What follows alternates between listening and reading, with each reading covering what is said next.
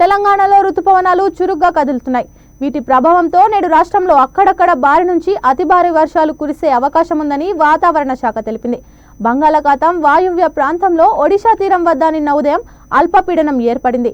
దీంతో తమిళనాడు వరకు 1500 మీటర్ల ఎత్తు వరకు గాలులతో ఊపిరితలు ద్రోణి ఏర్పడినట్లు వాతావరణ శాఖ అధికారులు తెలిపారు.